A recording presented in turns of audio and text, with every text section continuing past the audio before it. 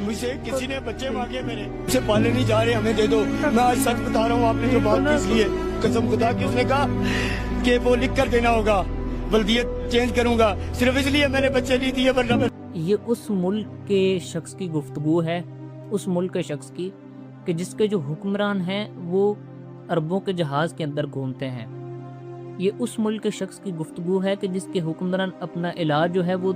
Europe ममालिक में, अमीर तरीन ममालिक में, महंगे तरीन हॉस्पिटल्स में जाकर करवाते हैं। ये उस मुल्क के शख्स की गुफ्तगू है कि जिसके हुक्मरान जो है वो अपनी अयाशियों के लिए इतने ज़्यादा सामान खरीदते हैं, इतना ज़्यादा सामान अपनी अयाशियों के लिए खरीदते हैं कि उनको एहसास तक नहीं होता कि हमारे नीचे रहने वाले लोग कैसी ज़िंदगी गुजार रहे हैं, उन पे क्या गुजर रही है, वो कैसा महसूस कर रहे हैं, वो कैसी ज़िंदगी गुजार रहे हैं, उनको इस चीज़ का एहसास ही नहीं होता। आप इस शख्स की गुफ्तगू का ना यकीन करें कि दिल खून के आंसू रोता है। हर वो शख्स जो गैरत रखता है,